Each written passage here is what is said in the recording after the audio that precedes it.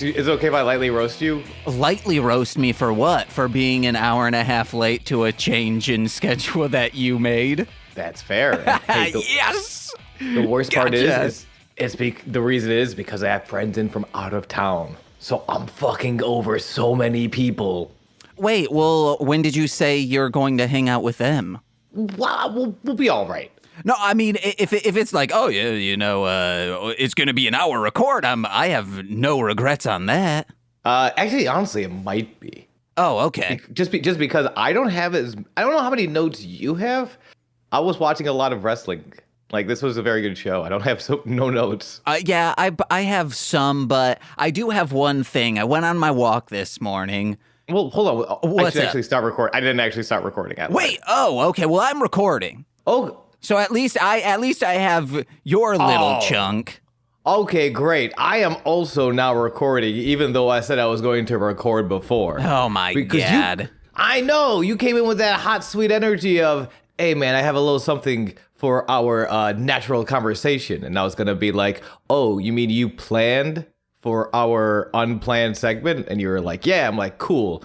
Me too. I also have something I wanted to bring into this. I have it in my notes. I have just a thing that happened to me this morning. What happened to you this morning, friend? I had to set an alarm this morning just to make sure that I was up in time to record at 10.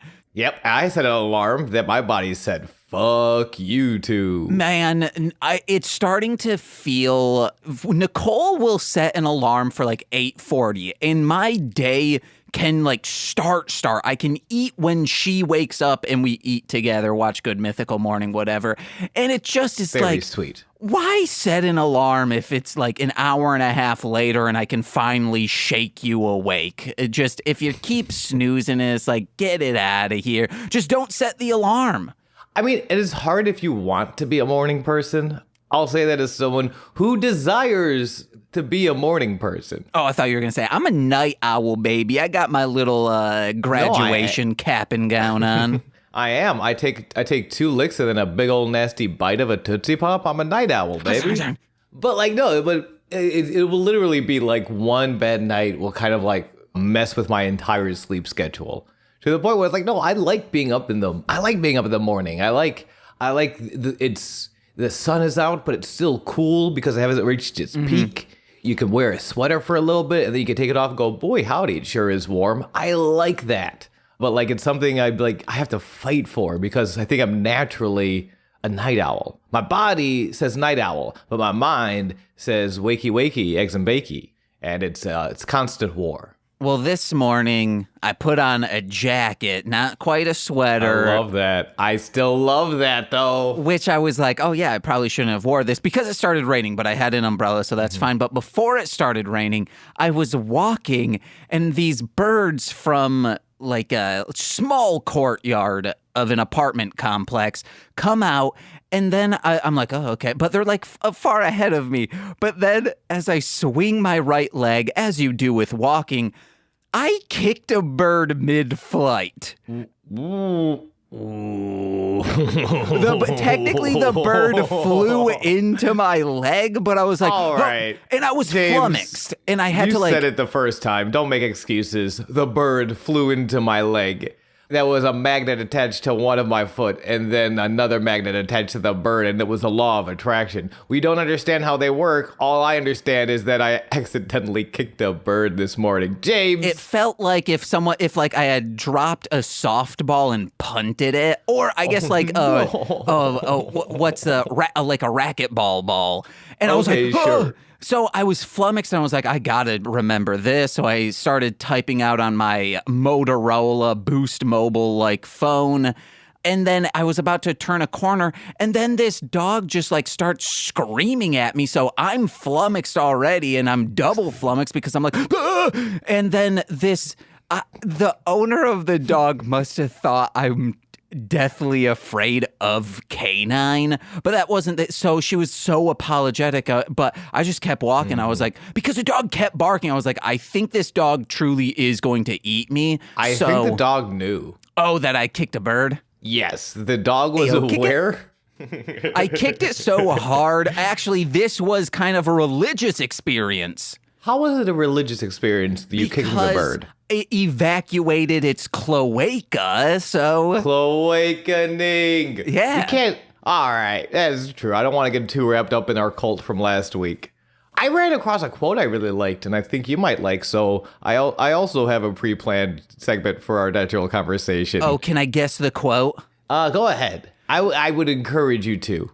The quote is, I'm gonna piss, I'm gonna shit, and I'm gonna take a machine gun and blow you to the Charles River, motherfucker. Oh, man, that's close. It was actually... Can you believe James just kicked a bird? What a bad person. Ooh. Oh, my God. Wait, what is yours from? Oh, mine's from a Gigi Allen song. Ow! Man, I got to the point... Fuck. And now I don't remember it off the top of my head, but a Gigi Allen song started popping into like one of my casual Spotify playlists. Now that my Spotify isn't corrupted by the insane clown posse anymore. Yeah! And I'm like, oh, this is actually just really catchy early pop punk. Early pop punk in that all punk is pop punk in those early days. And I'm like, oh, I need to I have so many things I have to put. I did listen to Swordplay last week. Oh my gosh, the song you sent me. Dude, that song you sent me was beautiful. I loved it. Yes, yeah. I thought you were going to say I finally checked out Gigi Allen. I was going to be like, you checked out Gigi Allen, but none of the other actually good artists I've told you to check out. No, and none of them that are relevant to the podcast we do every week. Yeah. This is a quote I pulled from independent wrestler Effy. Are you familiar? I am not. So Effy is an independent wrestler. They work with GCW. One of the things they do for big GCW events is the Effy's Big Gay Brunch show, which gets to highlight LGBTQ plus wrestling members of the community, especially people who haven't maybe been seen yet. And Effy's also just a fucking dope-ass wrestler. Former GCW tag champs with Bussy. That was Effy and LA Catch. Kiss Jon Moxley. And it is great. Is Kiss Jon Moxley but in Kiss makeup? Yes. Oh, wait, really? No. Okay, damn. No, just got to kiss a man on the lips in the middle of a fracas between the two for the GCW World Heavyweight Championship. Oh, wait. Is that remember when it was dildo on the post or a Money in the Bank style thing where the winner is the first one to kiss Jon Moxley? No, it was a match between Effy and Jon Moxley. Oh, okay. I would compare it mostly to the Katana. And I think Sonya had a few of these fatalities from Mortal Kombat 2 and Mortal Kombat 3, where Sonya's be like, I'm going to blow you a little kiss, and then you're fucking dead. Ooh. Mortal Kombat. All right, it's not as important as I put too much emphasis on Kiss Jon Moxley. He's a pro wrestler. I do now want, like a Money in the Bank, it's Jon Moxley in a deer hunting, like a deer tower. Is that what they call them? I think so. I know what you're talking about, though, one of those hunting towers you set up. Yeah. Yeah, so it's in one of the corners of the ring, and the goal, or I guess it should be in the middle, because if it's in the corner, you'll fall down. Don't make it so high. But the goal is, or maybe, hey, just at the top of the cage, Jon Moxley is sitting crisscross applesauce, just putting lip balm on the entire time, and then the first person to climb up be smooth and kiss Jon Moxley is the winner. I mean, if we do. Oh, we'll be gooing. Oh boy, if we do, I'm trying to think who has a great mullet. Who has a great mullet? I'm thinking Jeff Foxworthy. Because if we do Jeff Foxworthy in a hunting tent, climb up and kiss him, you could climb the mullet a la Rapunzel. Ooh. Remulletsel, if you will. I won't. I like this match. Okay, that's fair. Effy is important. Effy's also is a huge proponent of independent wrestling and highlighting people who are making their way in the indies. It does it every week. Free plug segment for someone who's doing better than we are. Twitch.tv/Effy Lives, Monday Not Raw, is just watching a bunch of indie matches for wrestlers maybe you've not seen before, where you will become fast fans. And I love this. I just like this quote he had from this week's Monday Not Raw on the Twitch.tv/Effy Lives, where he talks about his favorite review system. His favorite reviewers are people who are just well, I had so much goddamn fun. Yeah. And then you go up to him, ask where it's well, what do you rate the match? Awesome. Yeah. And I don't know. I love that. I immediately thought of you and just that's absolutely not for any sort of art. It's so easy to be I think I told you before how long I was just a snob. Yeah. And like a really unfun person to be around, kind of. Like that, when I review movies, those are my least favorite reviews for the podcast that I do are when we don't enjoy the movie. It happened a handful of times, surprising. Like, we went maybe 80 episodes of This Movie's Gay with me only disliking a single movie, and that's just because it was boring. It like nothing was happening, and it's just the one that I was like, I would not recommend this to anyone. Every single thing else, awesome, but I think maybe it's just the headspace I was in. There were some last movies we did, and Love Victor. Oh my God, was that? I was not into that show at that moment in time. I think it's 2 thumbs down. But Love, Simon I loved. And yeah, I was just going to say, it's this, like, you don't want to force yourself to like things, obviously. But I think I noticed once I sort of had this mentality of, am I like, once I sort of caught myself like, no, I'm just liking things because it's a part of my personality. Not saying that's what you were doing, but that's saying that's what I was doing for most of my high school career.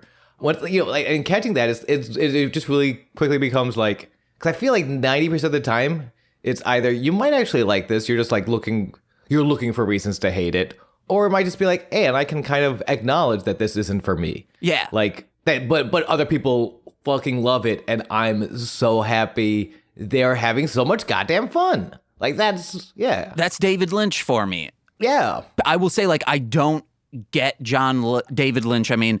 And I just don't enjoy his films. And people will be like, well, what have you seen? And I'll say, like, these 6 films of his that I've seen. And they're like, well, you need to watch this. I was like, I know I will not enjoy that. Yeah. I don't care that you would like it. I'm glad you like it. I understand why someone would like it, but it's not for me. Now, Stanley Kubrick, on the other hand, I think all of his shit is shit, so no one should enjoy it. You have been hoodwinked into thinking this man is some masterpiece. I will say, if you like Stanley Kubrick, I'm the same way. I was literally about to be like, and Stanley Kubrick is my David Lynch. And then you just kicked Stanley Kubrick like he was a bird, and my God.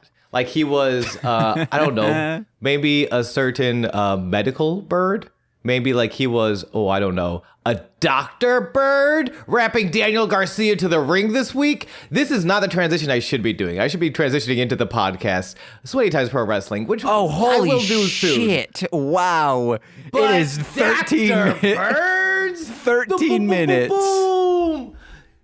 You got to tell Virgil, right brick on my brick. I don't know who Dr. Bird is. Do you remember the clip I sent you from AEW Dynamite this week of young Daniel Garcia? South Buffalo legend? Casanova Park absolute menace coming down to the ring. And I'm just, James, how has your life changed since watching Daniel Garcia come to the ring to Dr. Bird's as rapped by one West Side Gun? How have you made amends in your life to be more pure and more true after viewing this beautiful bit of television? Well, after months and possibly over years, I finally understand that it's pronounced Griselda. All right. This segment's over immediately. That's what I took away from it. Did I get it wrong again? This segment's over. Welcome to Sweaty Times Pro Wrestling. Did I get it wrong again? I don't know, actually. I always pronounce it Griselda. Oh, Griselda. Okay. Not Griseldia, as I used to call it. No, I know there's not a second I in there. Welcome to the podcast. This is a casual, chill little bit of a wrestling review. For newcomers, for oldcomers, we are talking about a Lucha Underground from the El Rey Network in association with AAA Wrestling. I am one of your hosts, and my name happens to be Sean. Hello. With me is yet another host. Hey guys, it's James, and you got newcomers, oldcomers. I'm a hefty comer, James. James only comes in hefty bags. And then he saves it for the Cloawakening. No, I save it to just pour into Chavo Guerrero's bags. Ooh, Chavo, you son of a bitch. I have to respect you, though, because you have earned the respect of one Vampiro last week. No, that was fake. But you want to know what something that does earn respect? What does earn respect? But needs a little more the goddamn underground, Sean. Oh my gosh, are we in the underground pick of the week already? It's Unearth the Underground, but Sean, hip-hop isn't the only music underneath the streets. Oh, yep, the sounds of rats gnawing on jackhammers. Why am I trying to interrupt? This is your segment. Why am I trying to interject? We are discussing an album released October 8th, 2009 by True Panther Records. This week, it is Gay Singles by Hunx and His Punx. Oh, baby. Okay. Are you familiar? I'm familiar with none of the words you just said, and I'm like, to the point where I'm kind of shocked. I've heard nothing about what you just said. October?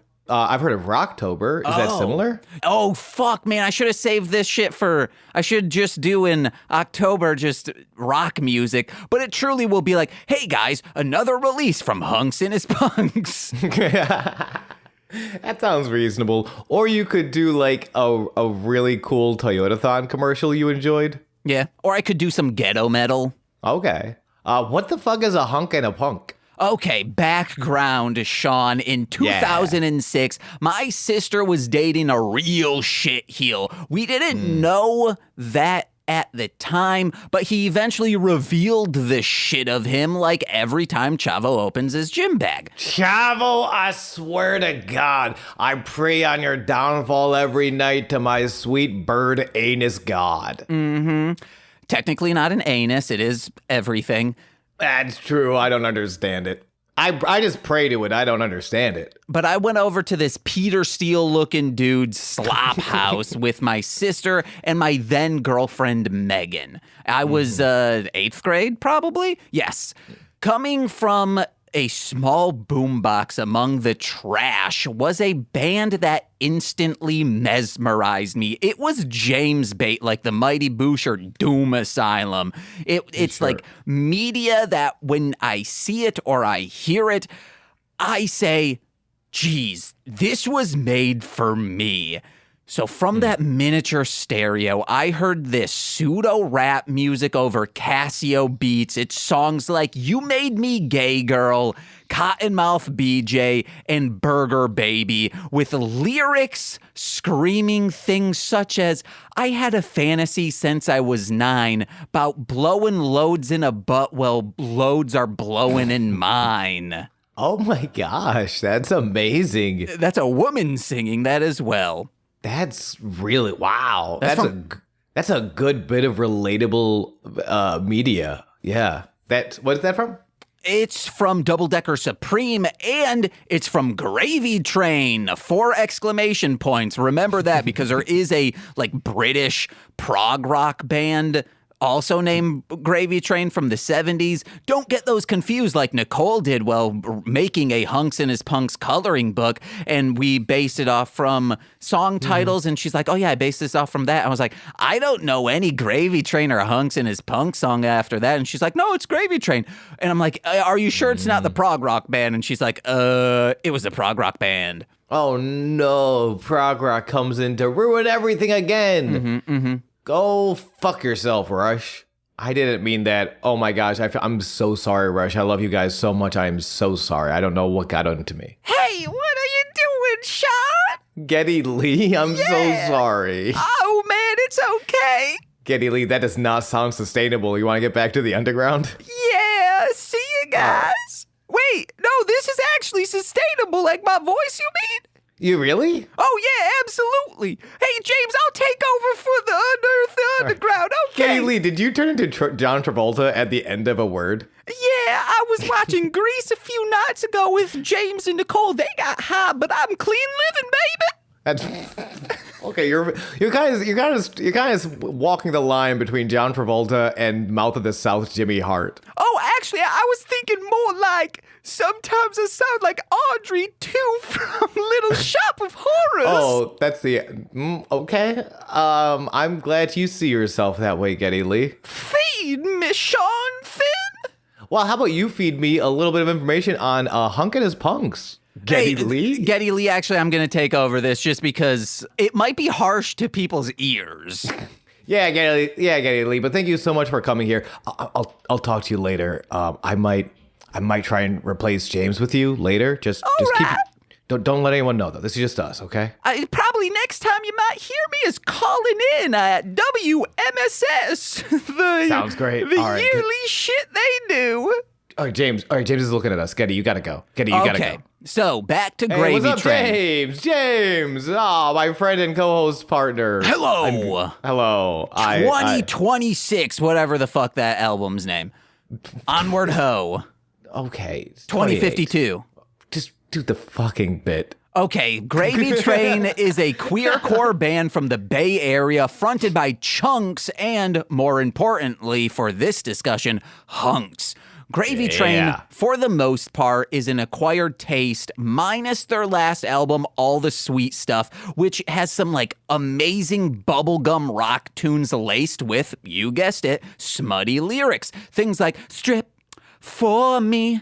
Oh, man, that also Club Situation's great. Solo J.O.'s a fucking amazing song. Check that album out. But get that out of here. Gravy Train is no more, but while I was looking into them years later, I stumbled upon Hunx's current projects, which was Hunx His Punx. I found this on YouTube and fell in love, Jonathan, specifically with today's record, Gay Singles, and the follow-up, Too Young to Be in Love. However, literally any of his albums I could have done for this, but Gay Singles has a more underground rawness to it, which is why I picked it over the many other projects. Hell yeah.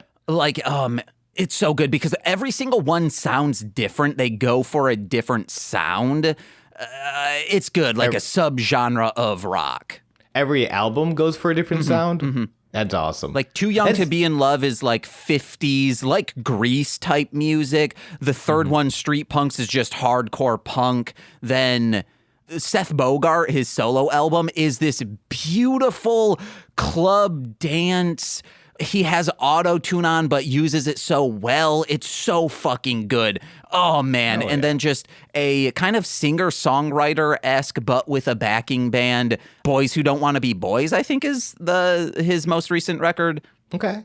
Cool. It's good. I like that. It is so, I don't know, it's weird because there's something to be said about no, we found our sound and we stuck with it. And there's also something very impressive and aspirational to be no, I'm gonna play with something different every time.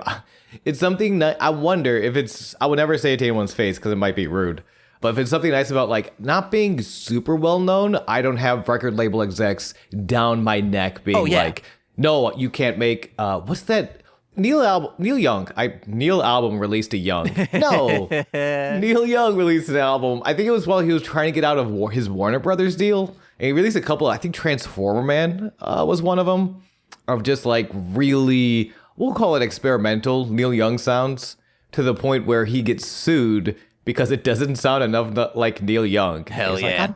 I'm doing what I can. I sound like me. I promise. But it's one of those things it's the early 80s. He's been doing Neil Young, singer-songwriter style for a long-ass time. Mm-hmm. He went electric, and instead of getting the Bob Dylan treatment, everyone was like, no, he's one of the greatest electric guitarists of all time. He's like, well, shit. How am I gonna weird everyone out? How am I gonna give him the old-fashioned Canadian freak out? And then I think he went synth. It was all synths. It was synths and early industrial. Hell yeah. To the point where he got sued. But but there's something to be said about hey, I'm just known enough where I can make money. I'm doing what I love, and I get to experiment, and I get to grow, and that's what I love about Bright Eyes. Every single album has a distinct sound, so much so when you find a compilation of B-sides, you can be like, oh, well, this one was going to be for that album, that one was recorded during this one, and so on. But if you're in a band, try to make sure one of your members is just an audio engineer and a producer, because I think that's why Bright Eyes is so successful at that. One of the members is their audio engineer and producer. So it's just his job to make it sound how they want the new record to sound. Yeah. And obviously, if you are in a band and you've all come together and and you realize, oh shit, none of us are audio producers or engineers, that's fine. just also recognize like, hey, maybe you're in a small enough city where like you have a small seat, you can get to know a local audio producer or engineer. Like me fuckers. Yeah, go hit up your boy James in the small town of Chicago. I'd love to produce an album for you. But quick side note, then this is the last side note, then we'll get into what's going on.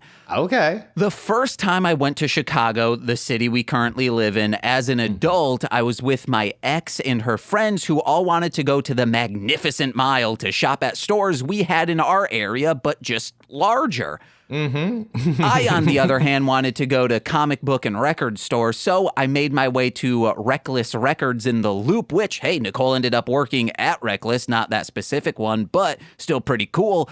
I found these records. I found Too Young to Be in Love. I purchased that, and I'm pissed that I didn't also purchase at the same time Hairdresser Blues, which I was so close to doing that for this today, but I was like, no, gay singles, let's do it. Can I ask, what was your reaction to see? Because I'm assuming this was a couple years after first discovering them and kind of knowing about them.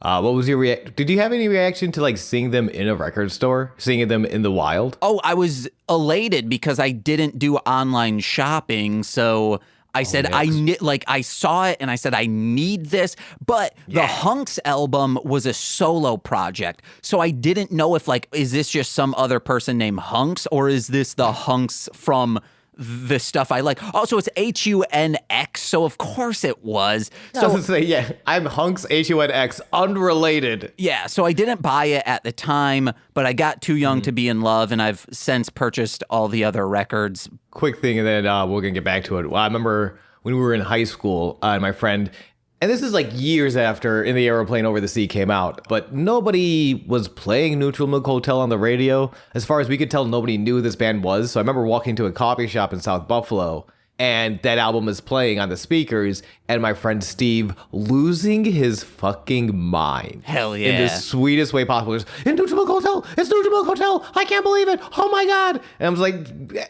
but like, it's that feeling of like, it's this weird, almost confirming sense of I'm not alone in the universe, because this one obscure, at least in my group of friends, band is like playing or like the album is out on display. I can buy it. See, I didn't have a fever dream. This is real. I walked into Reckless Records once. I had headphones on, but I hear the music bleeding through. I was like, what the fuck is that? I take it. I was like, I walk up, I see the attendant, the clerk, and I say, hey, can you at least play a good song of mine? It was Nicole. She was playing some of my music, but it was one of my least... That's so sweet. No, oh my God. She was playing Hymnam, if you are aware of my catalog. It's a song that everyone after me doing horrorcore heard. When I was 19, I released it, and they're like, whoa, James is good now. And now that's the only thing from Muskegon people think of me as, is this Hymnam song, or me in middle school and high school doing shit horrorcore. I'm like, I have much better songs, guys, but... That's sweet. Oh my gosh, I love that story so much. Well, when that girlfriend and I broke up, the one that I went to Chicago with... Truly, Hunx His Punx got me through this just extremely terrible summer of this breakup. I am on my own, living with MC Deep and our friend Brandon in a shitty trailer. I was MC Deep working. I'm trying to plow through. I was working, trying to plow through. I was working at Burger King full time for the first time, just hating every single minute of it. Speaking of that, I had him blaring from my car on my final day of Burger King as I peeled out of the parking lot for the last time. It was awesome. The best concert I have ever been to was the Street Punks tour for Hunx His Punx, where I tried to flirt with their drummer, who I had a big crush on, but was way, way too nervous because she was cool, which in retrospect, I'm surprised I even had the guts to talk to Nicole for the same exact reason. Yeah. Also, I was just going to say, you were also cool, so it all works out. Not back then. That's fair. I don't know. I've only met you today. Hello, my name is Sean.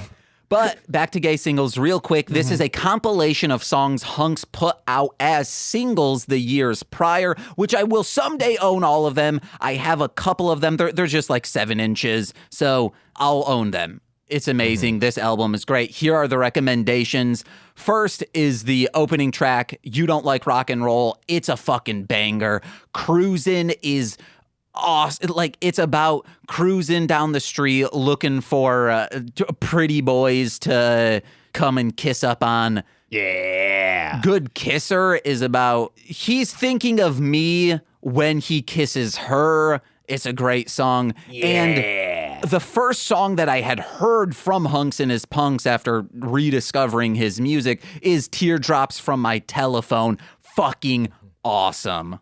Hell yeah. I gotta check now. Because You Don't Like Rock and Roll feels very familiar. Either I've heard this song before and didn't recognize Hunx His Punx, or someone's covered it, or I'm losing my mind. It goes, you say you don't like my cooking, you don't like rock and roll. I don't know. Maybe? But great recommendations, and thank you so much, James. Hunx His Punx, get out there. And I'll come on up from the underground as we go deep into the temple for Miserable Times Pro Wrestling, the only wrestling podcast dedicated to the discussion of Les Miserables. On my own, working for the Burger King. Man, listen, when I came in with that on my own joke, I know you didn't get it, and I know most of our fans didn't get it. I recognize that the wrestling fan / martial art media fan and the Les Mis fan, it's not a deep Venn diagram. But for those in the Venn diagram, they're loving it. They're Burger King style loving it. If Neil Zabub is still listening, I believe he's a theater major, so yes. Okay. And also thank you for not calling me out for confusing the Burger King catchphrase with the McDonald's catchphrase. I didn't notice. Okay. Well, fuck. Sean Scott is back and in full effect deep within Lucha Underground. Ooh, we have, oh my gosh. All right, we're gonna get into this. We're talking about before. I honestly don't have a whole lot of notes because I have a lot of like moves that I was wrote down because like I was just watching. There's a lot of really great matches. We have so out of the 4 episodes, the most matches. Yeah, we got 4. Yeah, for about half the episode is just bell to bell wrestling. Bing bing. Which is very cool. But I guess let's break it down. Season 1, episode 4, Thrill of the Hunt. Oh, I wish it was Thrill of the Kill. I'm so glad you didn't say the C word. I know you wouldn't. No, yeah, that's something I would thrill of. That's a much better joke. No, it's thrill of not, the though. Cunt. Yeah. Edit that. I hate that. Nope. I hate that I brought it up. My whole entire point was like, I know you wouldn't, but like, geez. But you would. You had it in your not. sick, twisted, fucked up mind of Sid Voorhees. Calypso, get out of my brain. I would never do anything like that. That is not my wish for the end of this Twisted Metal series. Wouldn't it be funny if Nicole slammed open the door, just screamed, "Thrill of the Cunt"? I would cancel Nicole on the spot. Absolutely not. Oh, man, I wish I knew Mulan because I'm pretty sure they say Attila the Hun, but instead it's Thrill of the Cunt. Talking about Mulan's bussy. Hey. Yo, shout out to Bussy Alley Catch and Effy lives, baby. There's a dark match, which I thought was, I'm so bummed this is a dark match because this sounds so fascinating. The dark match sees former enemies from last week, El Mariachi Loco and Masquerita Sagrada. They fought, and now they are tag team partners, as well as a third man, El Americano, who also known as Ricky Mandel, also known as the white blonde dude that got his shit kicked in from Mil Muertes last week. Okay. They put him on a mask, they called him El Americano, and they defeated Cortez Castro and Mr. Cisco, who we will see later on tonight. These gentlemen from the streets, prison shower style wrestling, as Vampiro and Stryker called it, and their tag team partner, Mil fucking Muertes, the man of 1,000 deaths himself. I wonder if these are on YouTube, like if they did film them and just for promotional purposes. I mean, it's possible. It's possible, but I guess not super likely. Okay. I don't know. Yeah, I don't know. Because I know normally, like, a lot of times you'll see, like, YouTube stuff pop up on from dark matches or house shows, but usually it's from a fan's camera. And that's the thing. And fans can get away with that a little more easily in, like, a big old arena. Oh, yeah. Not so much like in this small studio, especially the same studio they go to every week, so they probably have it figured out a little bit better. Yeah. Because they're there so often. I haven't seen any dark matches.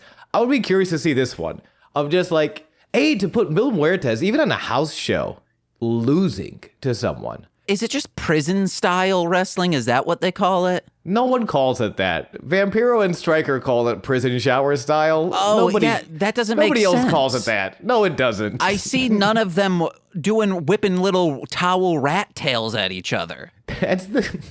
I mean, if they had a little towel rat tail, then maybe. Yeah. But no, it's just, we'll get to it later. There's it's subtle, and I could be wrong.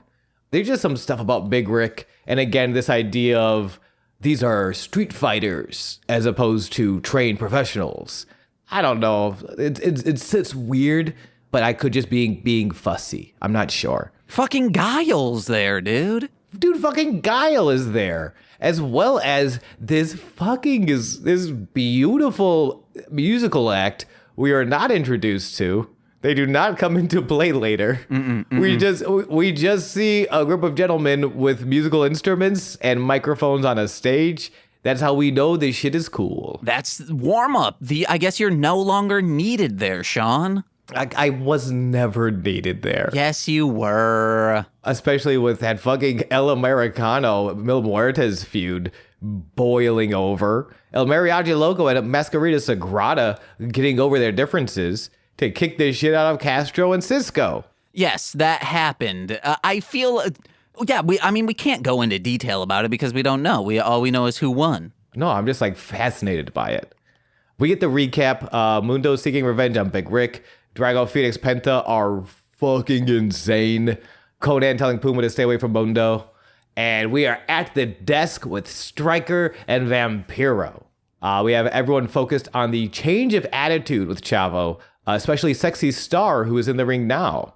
Sexy Star, and we cut to this promo from Sexy Star, all in Spanish, which on American television, like El Rey was up there, but I don't know, it's kind of very cool to see a Mexican wrestler able to cut a promo in Spanish and not have the network executives be like, but what about the casual English-speaking audience? Like, no, let them read the fucking bottom third. Not only that, it is the fact that this is a studio audience. Not everyone's going to be fluent in Spanish. So there was someone clearly in there saying, react now to you individuals who only speak English. Well, and I'm sure, I will say though, like, I will say she's not going into anything overtly detailed. If you didn't speak Spanish, like I tried covering up the bottom third, I'm re-listening to it. You can hear the inflections. You can hear where she's pausing. You can hear the frog jump into my throat and get lodged in there. Pardon me. But there are times when it's like, hey, boo and hey, cheer. Mm-hmm. Well, and also we've been presented, I wonder how many of these they film in a day. Because we've been presented so far that Sexy Star is clearly the very, very baby face. Yeah. As like the best.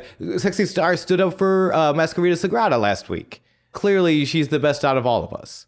And so, like, that's the thing. So if they were filming a bunch in a single day, people will at least be like, well, I'm not going to boo the things she's saying. She stood up for Masquerita. When she brings up Chavo Guerrero, boo. Well, because Chavo's a piece of shit.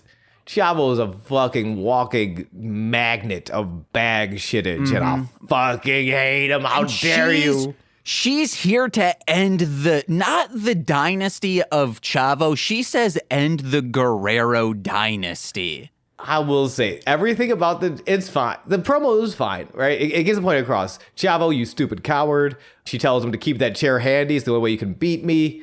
For what you did to Blue Demon, Masquerita Sagrada, and to me, I'm gonna kick your ass. And that's that last line. With these hands of a true queen, I will finish the Guerrero dynasty. With the hands of a true queen. I have no idea. If I had the hands of a true queen, I feel like I would just waste them on fucking Fortnite or some bullshit. She does not waste the hands she has been given of a true queen. She will finish the Guerrero dynasty with them. I can get you at the hands of a queen.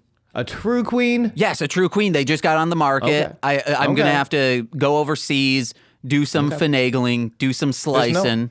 Just know I'm a smart buyer. If they are not true queen hands, I will know and I will be perturbed. I don't know if Sean knows or doesn't know that Queen Elizabeth II died.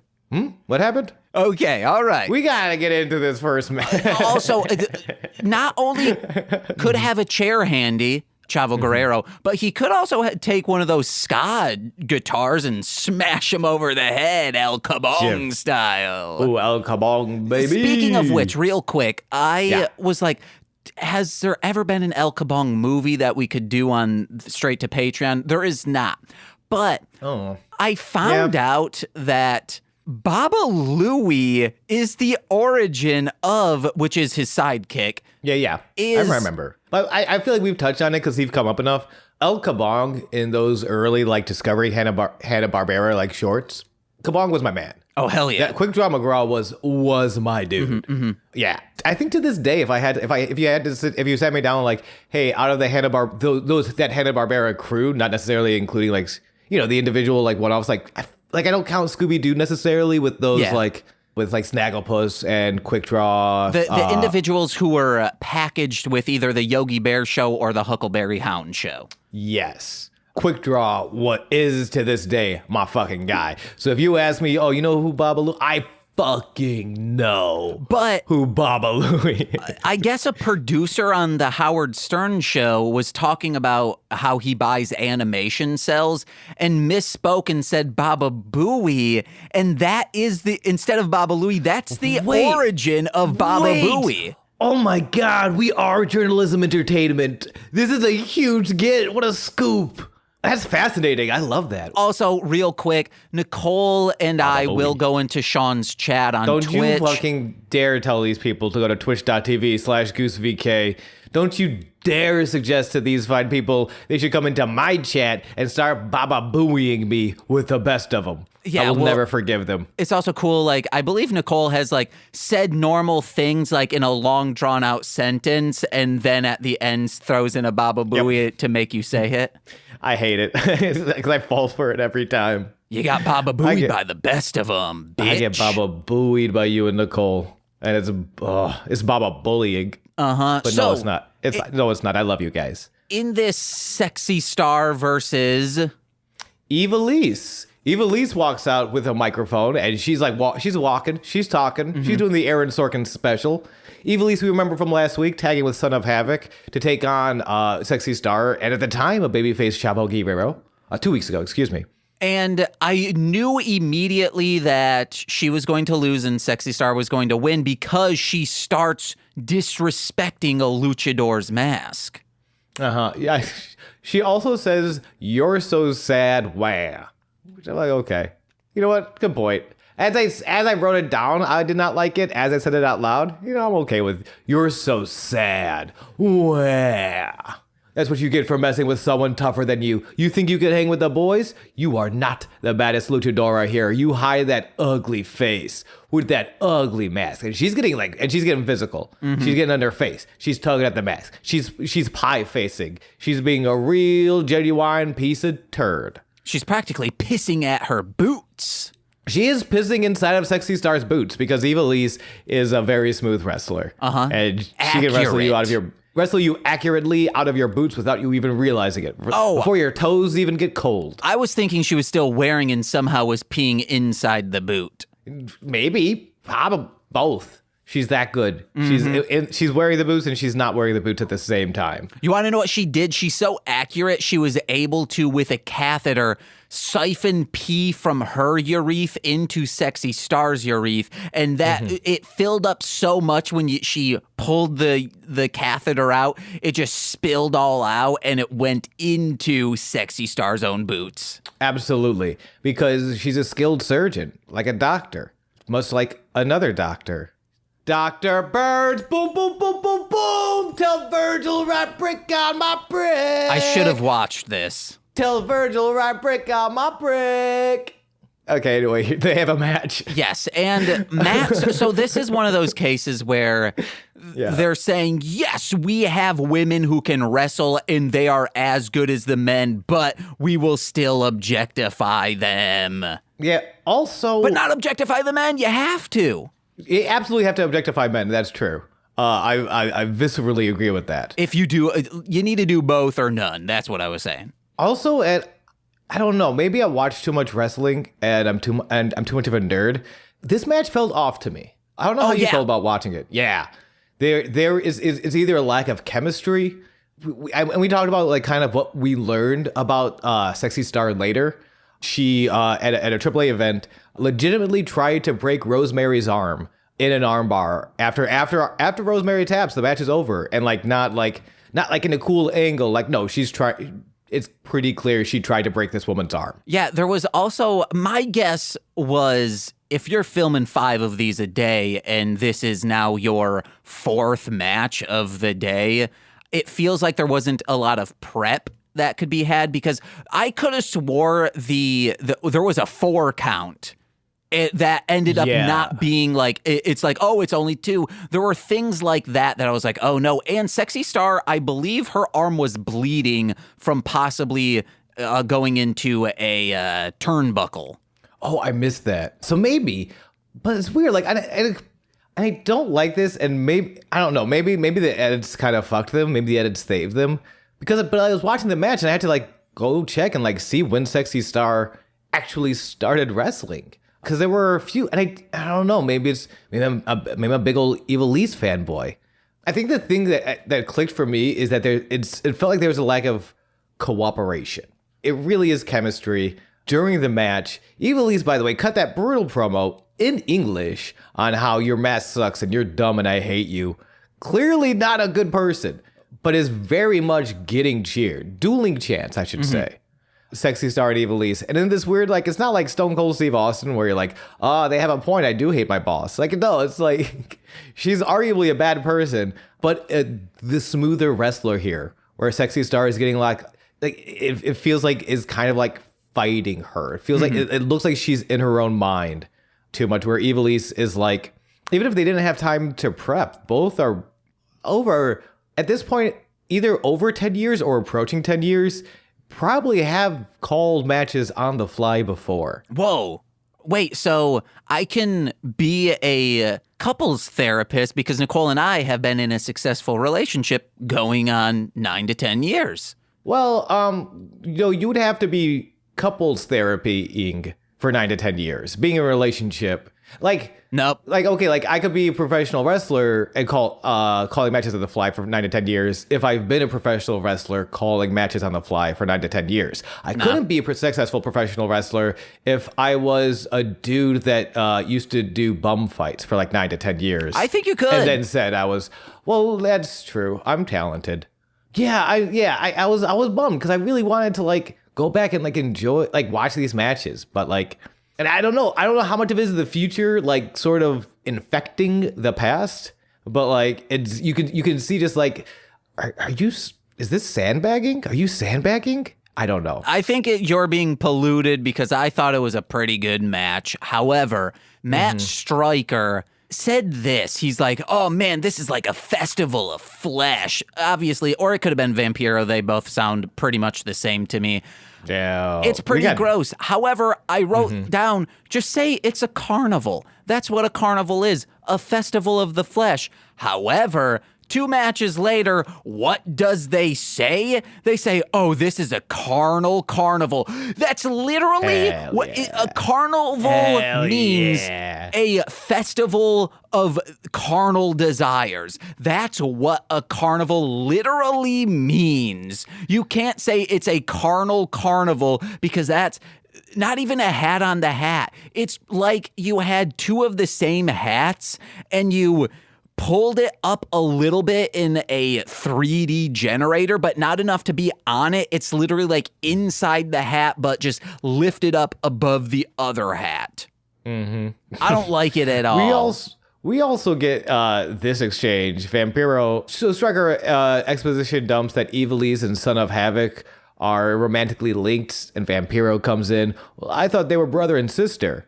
Now, James, in your opinion, how would you respond to that line? Romantically linked, I thought they were brother and sister. What would you, as James, rational thinking being of light, say to that? I say, no, they're not. Why did you think that? Right, something along the lines of like, well, there you go. Or maybe like their chemistry. They just have really tight chemistry. Matt Stryker says, whatever floats your boat. Nope, not whatever floats your boat. That is not a boat floating situation. I thought they were brother and sister. No, they're fucking. Oh, well, whatever floats your boat. I don't know. No, Matt Stryker, you can't float the boat on this one.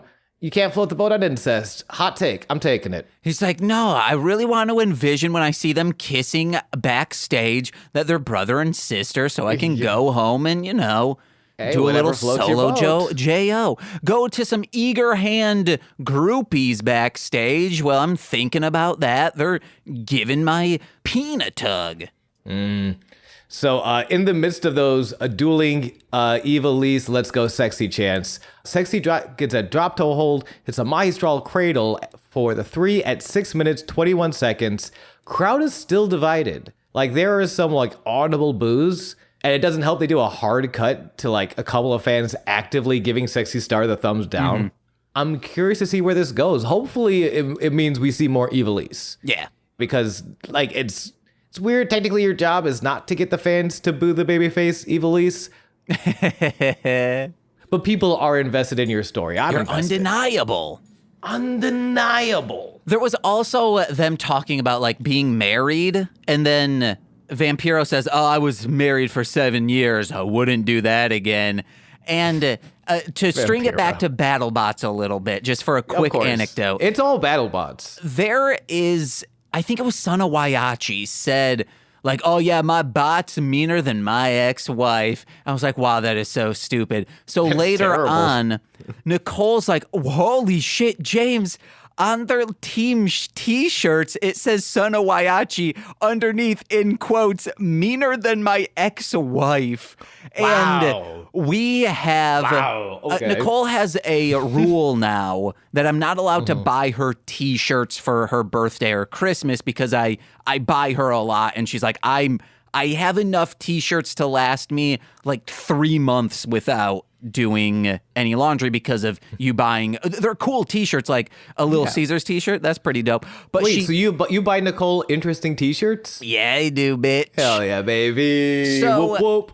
Nicole says to me, she's about to go to work, and she's like, "Oh, hey James, I will allow you to buy me a t-shirt for Christmas as long as it's the Son of Waiachi, meaner than my ex-wife." Wow. You two belong together, if just to keep you two away from the rest of society. You BattleBot maniacs. Well, no, I love you. It's because it's so stupid. It is. It is very wild. It's a very wild thing to not just say, not just put on a t-shirt, to make the motto of your entire robotics-based team. Like that, it's a mantra at that point. Also, to say it on, this was on ABC, I believe, those seasons. So it's on nationally televised networks. Drew Carey is on your network, sir. Reconsider your again, not just t-shirt, not just, it's a mantra. This is a way of life. He meditates to this as he prepares for a match. He closes his eyes, crosses his legs, and really just focuses in on how his robot is meaner than his ex-wife. Yeah. But speaking of matches, at the end of this one, the people are on their feet. No, they're on the feet. The Ninja Turtles. The feet. Their villain group. The Feet. Oh, the foot, the There's multiple of them. They should be called the Feet, okay? That's true. You're not wrong. You're not wrong. You're just so controversial when you do it. So during this, they're like, oh man, we have believers here in the temple today. But I said, believers in the temple of cloacanism. And then I realized, what's the whole thing of cloacanism? And that it's obvious, Sean. But No, it's also not a butt. It's a cloaca. It's a separate thing. My thing is butts. It's everyone coming together as one. All right, it's okay. I get okay. A little bit of the Jim Cumming action, a little bit of the Winnie the Pooh with a semen. Anyway, I ruined it. My last thing on the sexy star is after she wins, she like gets on the second rope at the turnbuckle and like does a fancy flourish and then blows a kiss, but she open mouth blows kisses where it's like her mouth is like, oh, like make a oh face. And that's what it's kind of gross, but maybe it's like sexy. If you've seen Clone High when they're open mouth tongue kissing, maybe that's her version of open mouth tongue kissing, but to the fans. It could also be her just trying to breathe under a mask. No. Like she did just do, okay, never mind then. We cut to Drake. I'm sorry, you never shut me down. Which is, I mean, you should shut me down more often. I'm just so taken aback by it. What? I'm kidding. You son of a bitch. What was happening with the queen? Drago was at the creepy sink mirror backstage, and Cueto sneaks up behind him. James, what do you first thoughts on? We haven't. I don't believe we've seen this particular. Not a bathroom. There is nothing else in here that indicates a bathroom other than a sink and a mirror. I'm fine with it. I like. Yeah, it's again. It's a washroom. It's a powder room. It's a powder. Okay, it's a powder room. A water closet. I was so confused without there being a pooping seat. I'm like, what do you do back here? But Drago has to wash up his face. I'm okay with it. Again, it's the one thing I really do love about this show is just how everything, all the backstage segments fit together. Like it looks like a studio show, and the temple is deep and it's weird and it's creepy and I love it. But Cueto comes up to Drago, says, "You didn't lose, but you didn't win. You left me feeling unsatisfied." Because true, Pentagon Jr. got pinned last week. Drago was not involved in the finish. So, and Cueto's kind of keeps harping on, you could be the best. I have no idea. For all I know, I could be wasting my time. And I don't like wasting my time. I forgot why I wrote down hates wasting time. And I was like, I'm so glad you brought that up. Hey, I got you, baby. So Cueto is booking Drago in a prove yourself match. Prove to me that, like Conan said, you are one of the greatest luchadors to come from AAA. You will be facing the face of savagery as his first opponent in the temple, King Cuerno. Ooh. Who we saw, well, we didn't see, but was here last week in our dark match. Oh. Yeah. King Cuerno, also known as Santos Escobar in WWE, who's awesome. I fucking love what they're doing. Someday I'm going to have half the muscles as King Horn. Dude, we're gonna get to him. Also, Drago spits out some black goop, sucks it back in like that little kid from Big Daddy, and then Cueto licks and slicks his eyebrows. The performer portraying Dario Cueto might be the greatest scumbag of all time. Like, he is truly Snidely Whiplash levels of just like absolute scumbaggery.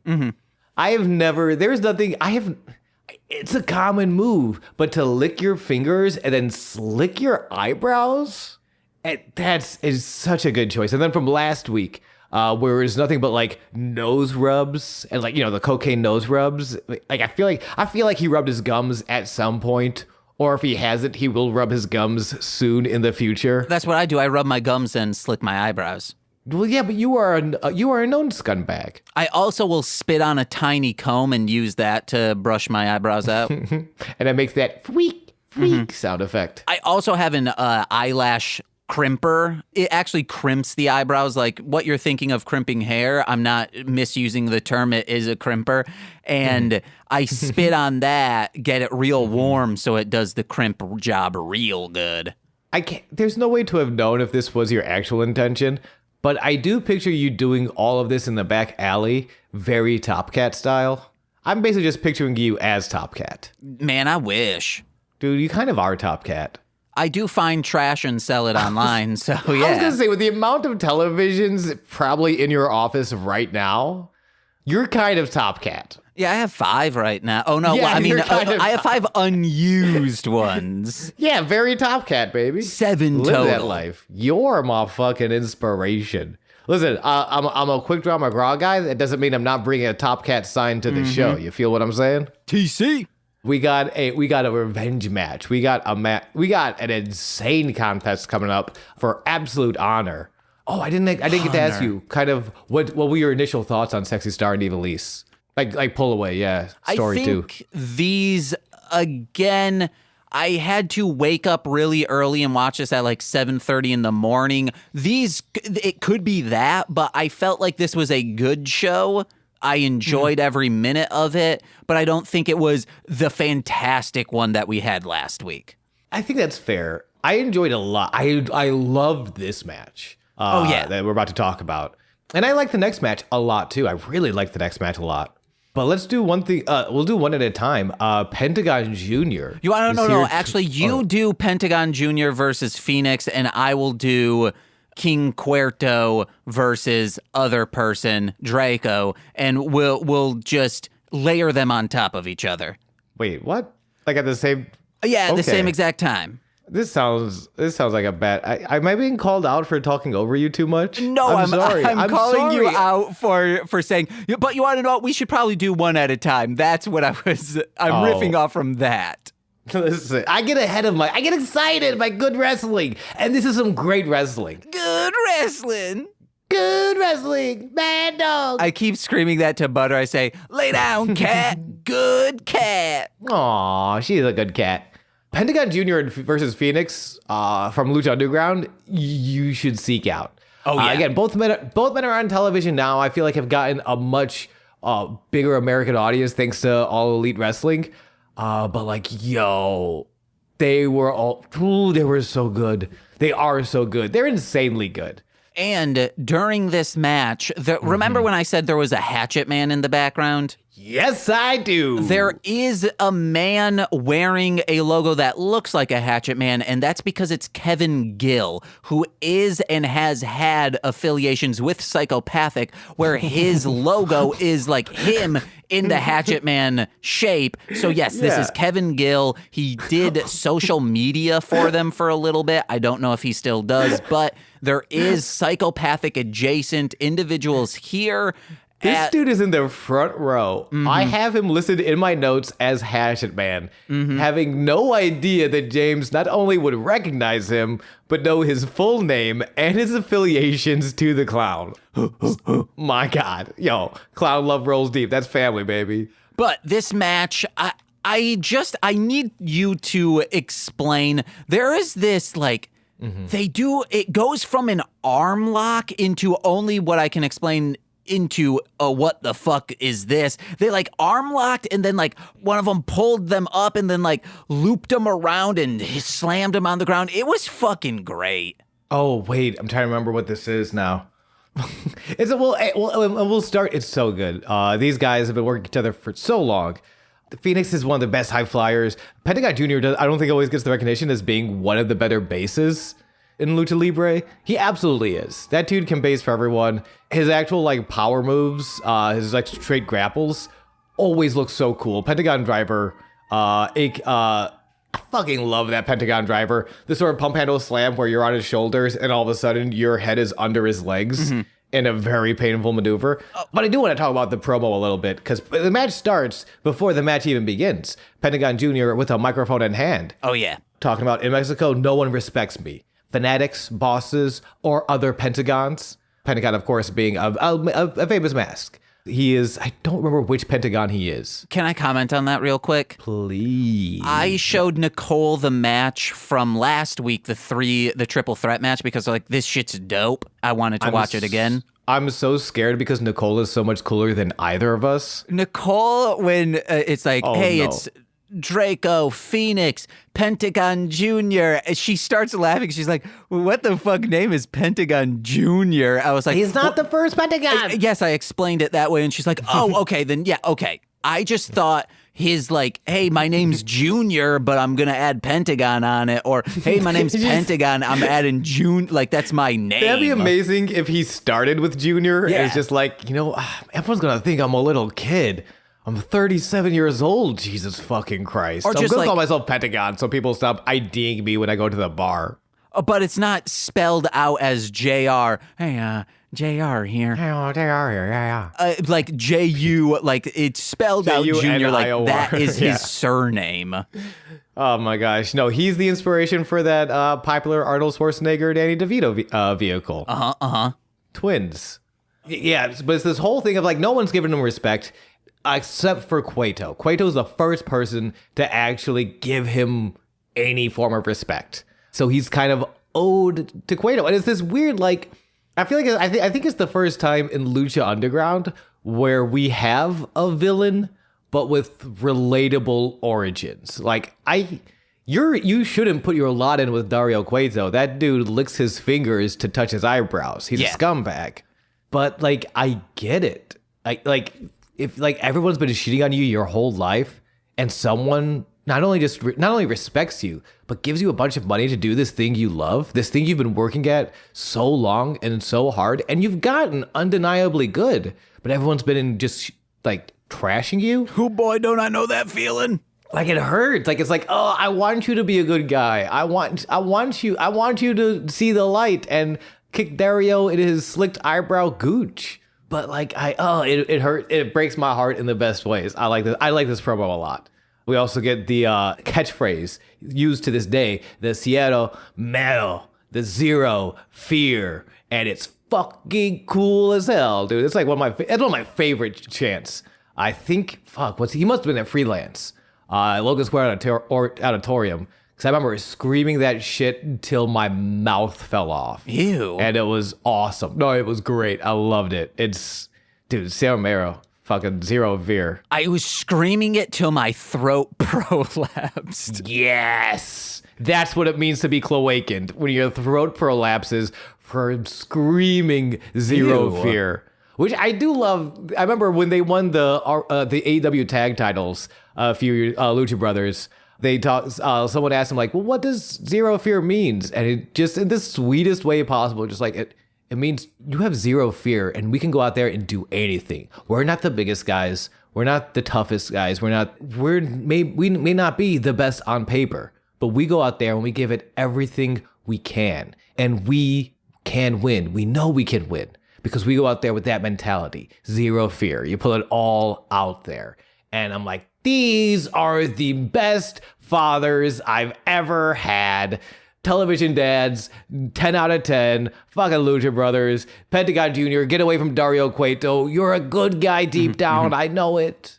But he wants to avenge his loss for Phoenix from last week. So we have this match. And then Phoenix comes out, says nothing, just poses, takes off the cape. And yeah, there are so many beautiful, like the arm drag you talked about, literally from the start. And I love this. This is something I don't see a lot of American wrestling. I don't know. Maybe it is more in Lucha Libre, or maybe it's just because these two know each other so well. But they go into lockup, like they put their hands around each other's necks, trying to get a headlock or something, and they literally bounce off of each other. Mm-hmm. There is so much energy, so much crackling Dragon Ball Z style lightning that they bounce off each other when they get too close, magnet style. Our last match is a Dragon Ball Z World Tournament match. Like, that's when I'm like, oh, they've crossed the line into anime here, and I loved it. But dude, wrestling is so anime. For this, they started like slapping each other's chests, and it's easy to forget how good Penta. I said it last time. I'll say it again. Pentagon Jr. has some incredible chops. Vampiro, because Matt Striker's like, oh, how's that feel? You've been in the ring doing that. And Vampiro says, oh, man, it knocks the wind out of you. It hurts your feet like squatting over a duffel bag. Fucking Chavo, you piece of shit. You're not on this episode. It doesn't mean I don't know you exist. But it hurts so good in that case. For true. I love Phoenix, the twisting tope con Giro, great Sasuke style from Phoenix.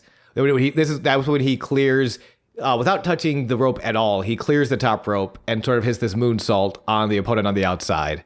Great Sasuke famously does it. Phoenix does it so smooth. We also have the springboard leg drop. Vampiro references Kobashi, and I love that. I love Vampiro going into that nerd shit so hard, and he does it so lovingly too. like it's this weird, like every now and again where it's like, oh, we have to be edgy and talk about fucking Festival of the Flesh. And I'm like, no, but you can also just like call out these Kobashi spots and reference wrestling from the day and bring in, or talk about Masquerita Sagrada and then talk about Antonio and the contributions of the Mini Estrella division. And I love when he does that. Yeah. I hate when he does that weird Jerry Lawler, titties are cool, right? I'm hip. I fucking hate that. But I love this nerd shit. Man, I can't wait till end of the month we see Vampiro on the silver screen. Stoked. Very stoked. Stokely Hathaway even. For real, guys. Patreon.com/MLM pod. We will be doing that for straight to Patreon. So last week we talked about the double springboard. If you remember when he grabs he uses the opponent's hand like a knuckle lock. I got so excited I ran out of breath. And then he bounces on the ropes. His feet's he bounces on the top rope to land on the second rope. Phoenix does this, and then bounce back on the top rope to do an arm drag.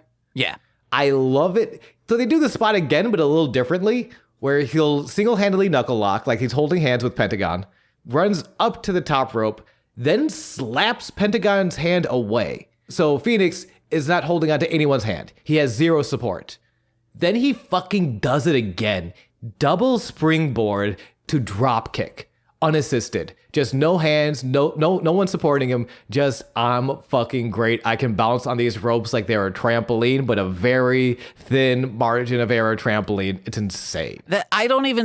You keep glossing over the coolest spot on this, which is Pentagon Jr. he's climbing up the ropes to do a nice spot on Phoenix. And Phoenix just says, fuck this.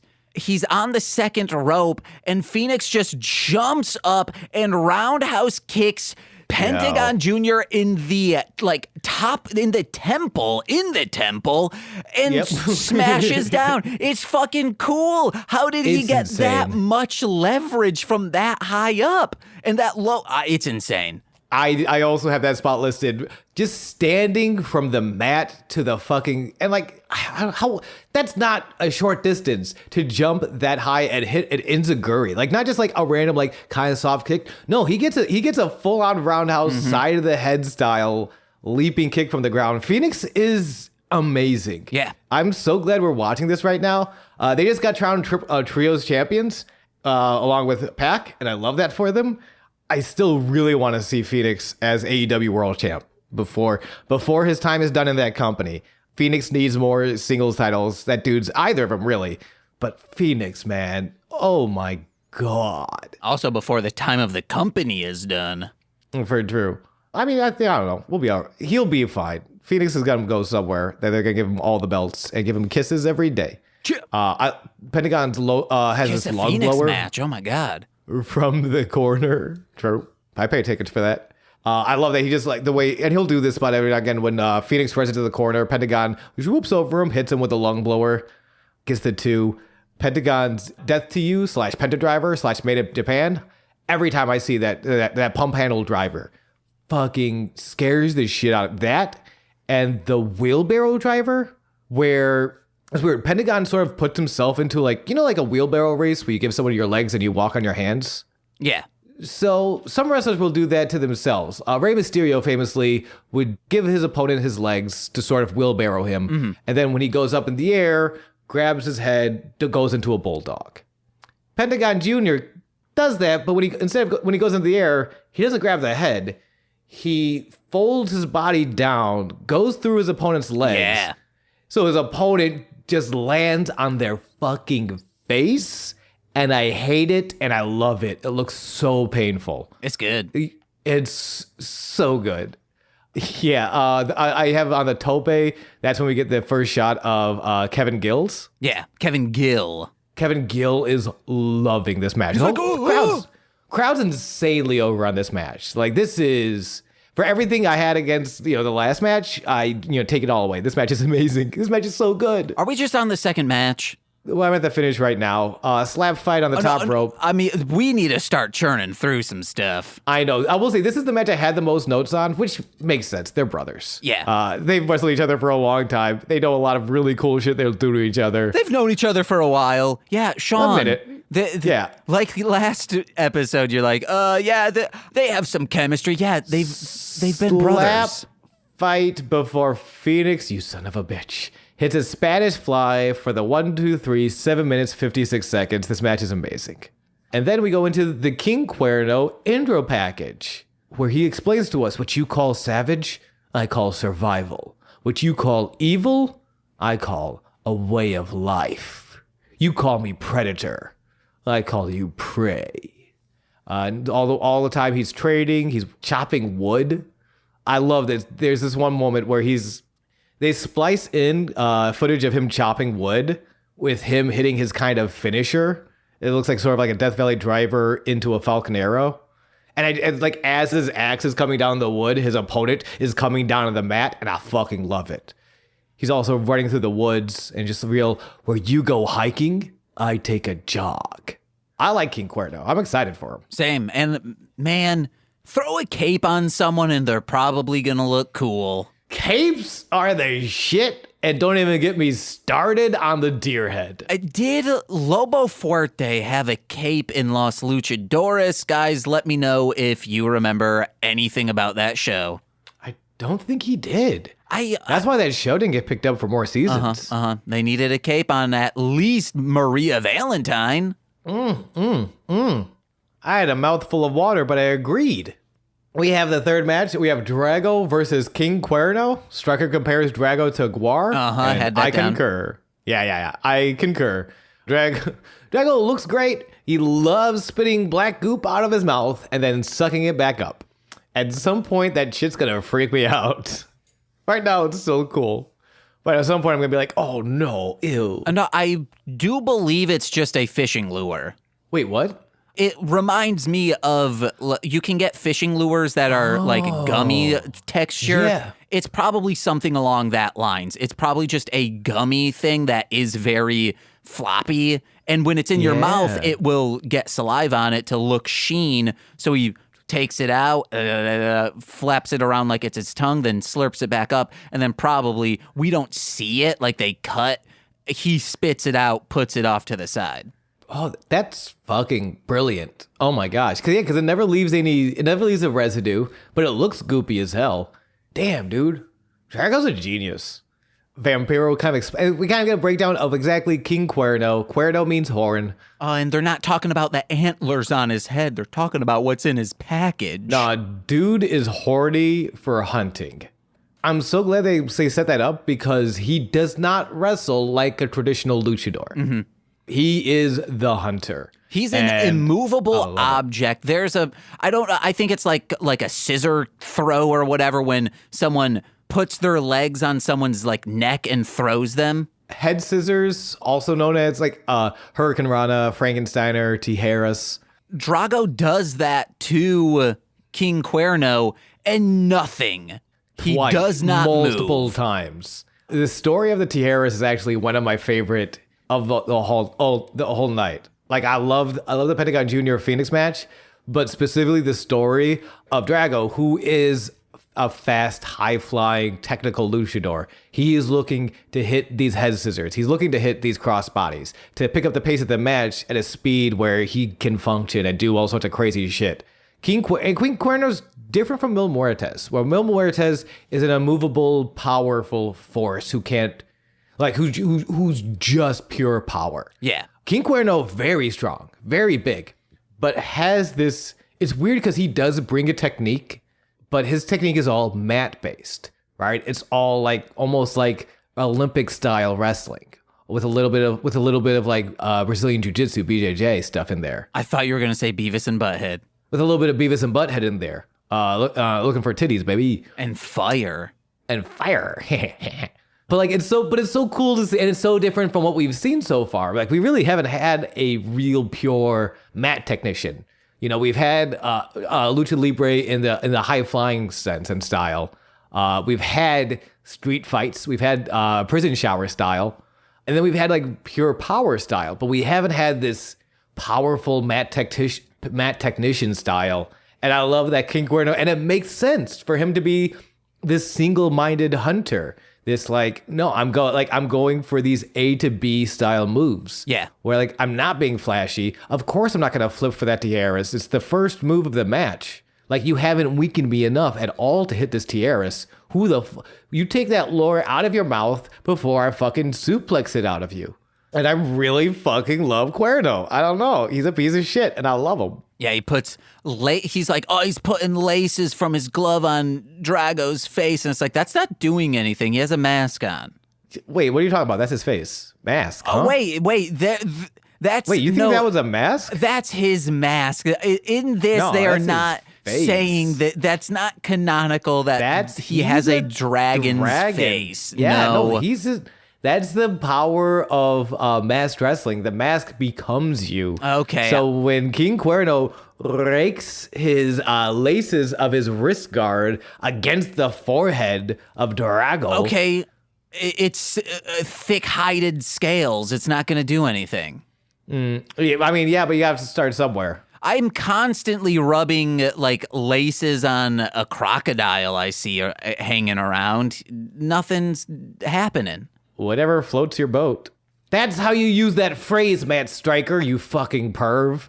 Cuerno also no-sells a Maestral Cradle, which is another spot I love, where like Drago's getting ready to all like wrap him up and go for the pin, and he's just like, nope, comes back, fucking clotheslines the shit out of Drago. I feel like I enjoyed the spots of Pentagon and Phoenix more. But like just the story, I fucking love this. I love this story. I love this match so much. It's good. Who wins? Yeah. How? Well, I want to get to a little bit because I want to get the third tiaras, right? First tiaras, he doesn't even move. He head scissors, Drago flips, and Cuerno doesn't leave his feet. He goes for a second one, same thing happens. By the third one, Drago's starting to get some kicks in. He's landing these strikes. Cuerno's tired. He's finally getting worn down. He's underestimating Drago to the point where King Cuerno, to escape some of Drago's offense, throws a referee down. Drago runs and hit the ropes. He throws the referee down. He goes to the floor. He's like, okay, please stop running at me. Drago says, fuck that shit. Uses the referee as a launch pad to finally land the head scissors tiaras. Like that's how he hits it. He does on the third attempt. He finally hits a tiaras. Thanks to Cuerno's own cheating, backfiring against him. And it's so fucking cool. He follows that up with a tope con gyro. Drago takes his eyes off opponent. Though that's the thing. Drago keeps taking his eyes off opponent, and Cuerno doesn't take his eyes off the opponent. He keeps going. He keeps shooting. He's singularly focused, except for one moment. For one moment, King Cuerno flexes his muscles, looking big and strong and trying to hype himself up. And that is all Drago needs for legitimately one of the craziest finishes I've ever seen to a match. Drago escapes the suplex Cuerno was attempting, springboard arm drags, holds onto the arm, rolls through, and gets the seatbelt style pin to win at 4 minutes, 54 seconds. Real good. Cuerno only has to take his eyes off the prize once, and it's enough for Drago to sneak out that victory. Fucking Cuerno is pissed about it, and I love how strong this whole match made Cuerno look. I love that Drago did get the win, but it took every trick in the book he had to get the win. We see Cuerno in the ring, gives him the slow throat slit, and stalks away. I don't know. I'm really excited to see more King Cuerno. I do not remember King Cuerno from the first time watching it, and I'm like, I'm a fucking idiot. This dude's great. Yeah, real good. Hell yeah. We cut from the match to Puma in the gym. Conan comes in, reminds Puma the main event is Big Ryck and Mundo, and a reminder this is not your fight. Even if everyone comes out, stay out of it. Puma's like, whatever, dude, I'm a cool teen. I smoke cigarettes with whoever I want to smoke cigarettes with. Speaking of, I think canes are the cigarettes of today because you put a cane with someone, they're going to look cool. Are you talking about Conan's cane, which I'm pretty sure he needs to walk at this point in his career? Okay, all right, okay. I wasn't sure if that was a shoot cane or a opposite of shoot cane. I mean, he's a worked cane. I just a worked cane. I mean, he's making it work for him. Yeah. There's no denying that. He is absolutely working that cane.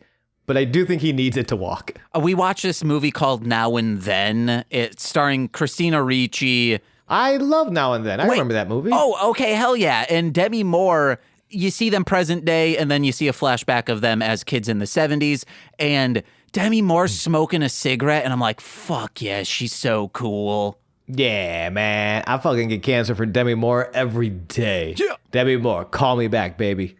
Big Ryck versus Johnny Mundo. I have a feeling Demi Moore is never going to call me back now. Big Ryck versus Johnny Mundo is our main event. And is Big Ryck going to wrestle this whole match with a cigar in his mouth? That's my dude. Sean, someday I'll have a quarter of the muscles Big Ryck has. Big Ryck is huge. Ezekiel from the WWE is kind of a bummer to know he doesn't like really continue wrestling for too much longer. He decides it's not for him, which is again a shame. Like, he's a great looking dude. He looks safe. I haven't wrestled him, but he looks really good here. He looks good. He looks like he listens to the partners well. He's great cooperation. Can make you look like $1 million.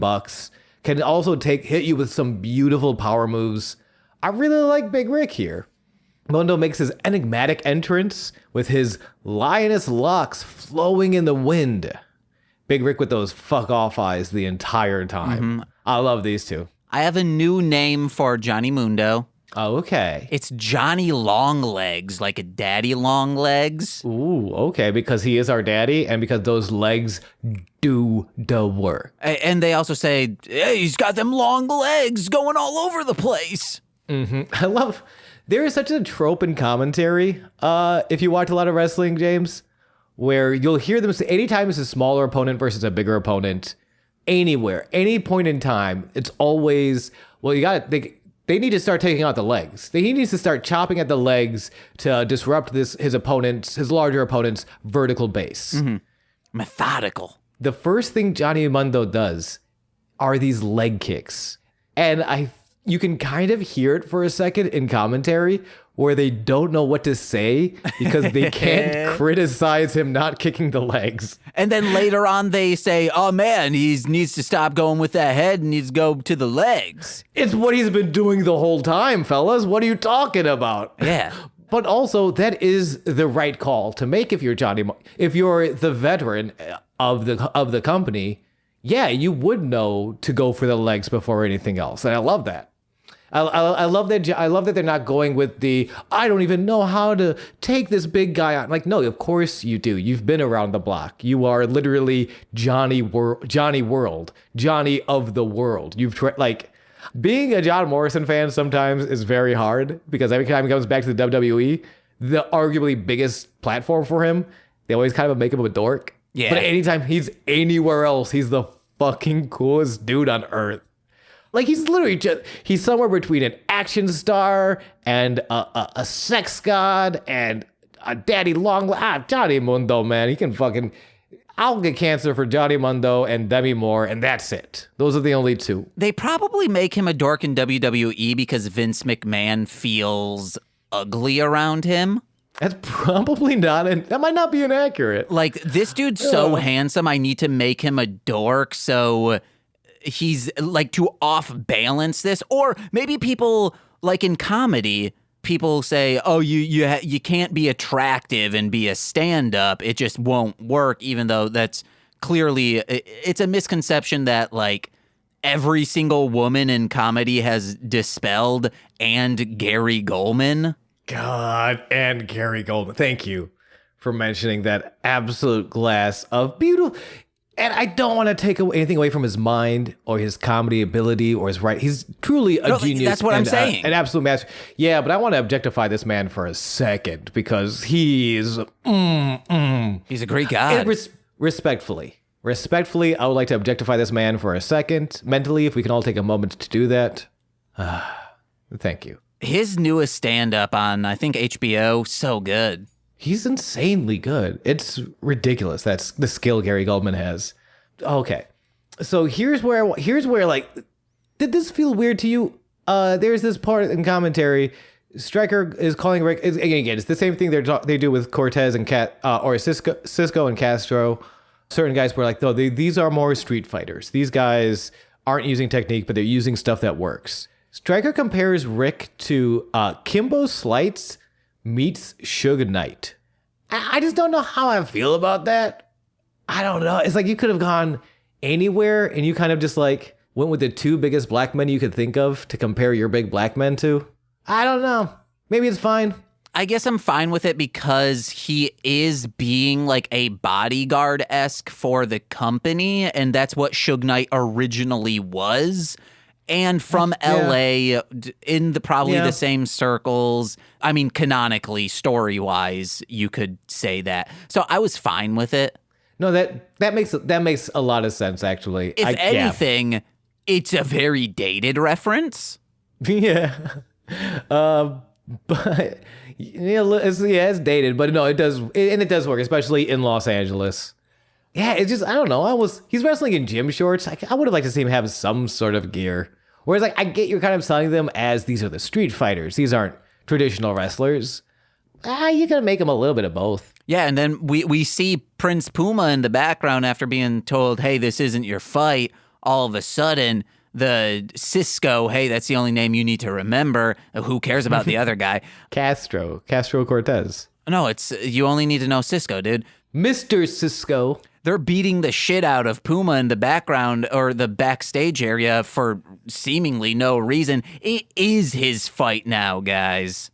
I mean, except for the fact that he can't stand up. He is jumped into unconsciousness. So back to the ring, Moonlight Driver, cover for 2. Springboard Gamangiri, cover for 2. Johnny Mundo goes to the top rope. Mr. Cisco and Castro Cortez, who you do not need to know, come out, pull his legs, punch him in the head, disqualification, finish at 4 minutes and 39 seconds. This match is over. Why is that good? Because unlike WWE, who's like, the rules, guys, they don't give a shit about the rules. No one ever gets disqualified, at least when I was watching wrestling. It's constantly, or even like the old matches I've seen, people are constantly fucking with the match, and no one's like, oh, you're DQ'd. 90s WCW and even WWE started picking it up. That was a weird calling card that I don't miss from the Attitude Era at all. And because it feels like they were really just trying to like, well, ECW, all the matches are kind of unofficial hardcore if they're not death matches. And we want to be cool like ECW, so I guess but it was always just run-ins, and run-ins are not fun. Because one thing is like, we are the company where like we're down with weapons, but it ends up still being like a contest of one. It still ends up being a contest of honor, just also there's chairs and fireworks. Whereas like all these like run-ins, like the entire D-Generation X stable comes out, and all 57,000 members of NWO come out. Like that's... It's so stupid. It's not good. I do love, especially because, okay, so like if you're improvising or if you're like storytelling, you do want to keep true to the rules of your world, right? Yeah. Like that's like it for your audience. It's so easy to lose them, and they'll lose trust in you, the narrator, the author, the person telling the story. They will lose trust if you fuck around with the rules of your world. In wrestling, that is the referee. The referee should act as this grounding force to sort of like, here's a bunch of like fantastical, spectacular things. Because I want to show you fantastical, spectacular things. But I'm going to give you a framework so that you understand when it is spectacular. Like you have some grounded area that you can come back down to after I take you to these dizzying heights. Yeah, it's like in sci-fi, you can still have these fantastical things, but you still need rules to your world. Like, there's zero spoilers for Stranger Things 4 that I'm about to say. My only issue with Stranger Things 4 is it takes place during spring break, so early to mid-March. They're in the Midwest. I grew up in the Midwest. Flowers have bloomed. The trees are all full of greenery. That does not happen. There were so many spring breaks where it was snowing for me. So Stranger Things just should have said it in summer break. Yeah. But it is those little things that like it feels small, but it does, if you know, it takes you out. Yeah. And the weird thing about like wrestling is like you can tell immediately, like even if you've never watched a day of wrestling in your life, if you're sitting there going like that, he probably shouldn't be allowed to do it. Isn't that against the rules? Like without seeing a day of wrestling in your life, you inherently know like, hey, that's an unfair advantage. That should be cheating. And if you don't like acknowledge that, if you don't like play to that, it oddly calls your fans kind of stupid, whether you realize it is or not, by breaking your own rules, by kind of like, yeah, you can do anything. But if you do break the rules and you break, not bend the viewer's expectations, you can bend expectation and it's great. But if you full on just break it, it's almost like this happens because we said so, dummy. You gotta fucking watch anyway. And it doesn't feel good. Yeah. It's the opposite of like making people feel smart watching something. It really does. If it takes you out that hard, like I don't know.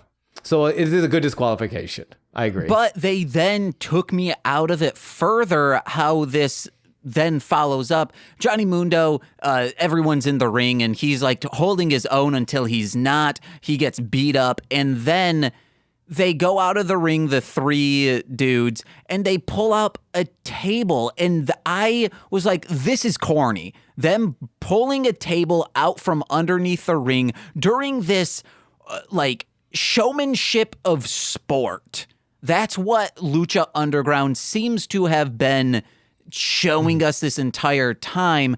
Them pulling out a single table to put him through after already beating the shit out of him felt corny, felt like it shouldn't have been here. And that was the only part of this episode that I was like, ugh, why did they include that?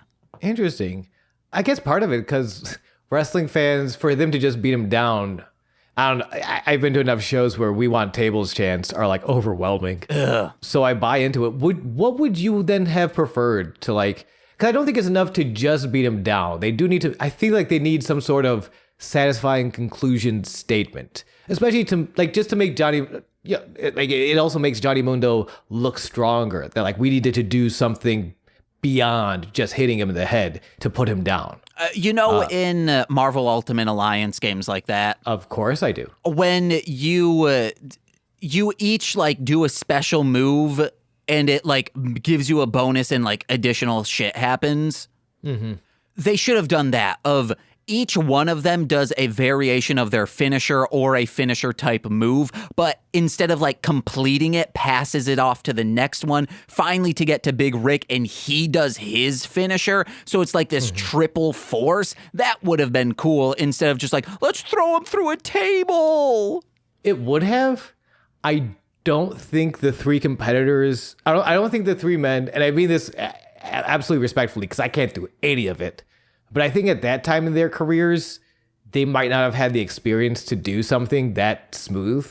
That's like a really hard, because that's like a pretty hard thing to do, to go my finisher into your finisher into your finisher and make it look like one smooth move. That's very difficult. To like do something that like, instead of having him drop on the ground, it like stuns him of, what's that thing where I think it was like the code breaker where you push your knees up into their chin. Yeah, and you kind of fall backwards or you pull their chin. Yeah. It could have been that, and then even if it goes back and you stumble and then someone just uppercuts you and then stumbles into Big Ryck, he does his finisher, something like that. That's how I would have booked the show. And that's the name of our podcast. No, how it's not. James books the show.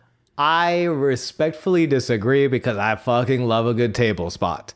Could they have used maybe a different table or like a pre-set up table so they didn't have to go under the ring to set one up? Maybe. But I fucking love a good table spot. But that's why we're friends, because we are different but respectful. They should have unzipped a duffel bag, shoved his head in there, then zipped it back up, and then when he finally pulls it out, just all covered in shit.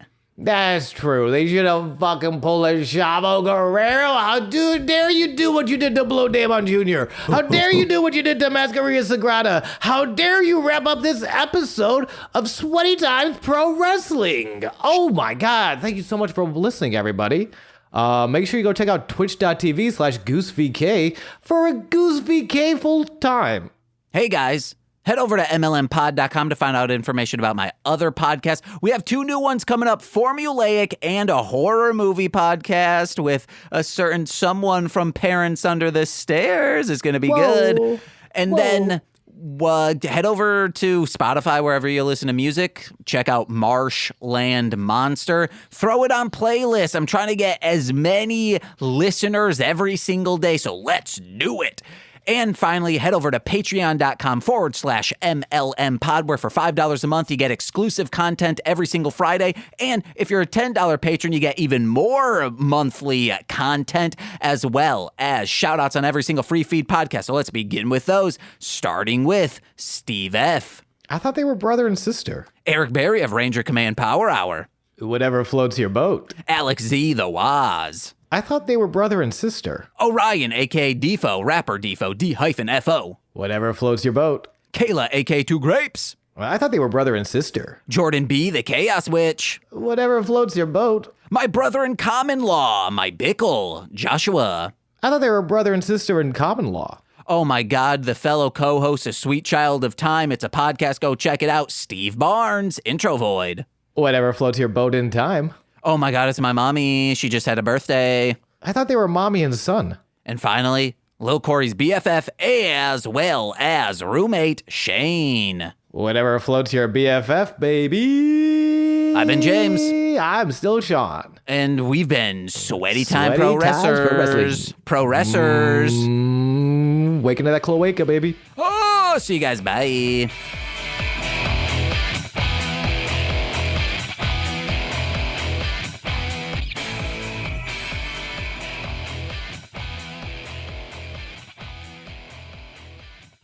Oh, yeah.